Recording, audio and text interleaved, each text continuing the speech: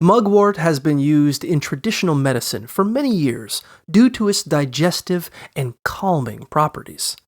To make mugwort tea, use dried leaves for a milder taste or fresh leaves for a stronger flavor. Use an infuser basket or large paper filters for better circulation. Add water according to your taste preference. 1 cup, 240 milliliters of water is recommended per each 1 to 2 teaspoon serving of dry mugwort leaves. But if you like a stronger taste, use half as much water. Steep the tea for 5 to 15 minutes.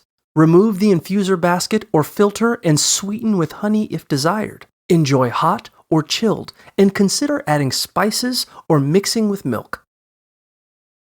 For a relaxing brew, blend mugwort with black tea and chamomile. If you're using mugwort tea for lucid dreaming, mix it with white tea, chamomile, and a pinch of cinnamon and nutmeg, and sip it before bed. Keep a dream journal nearby to record any insightful dreams when you wake up.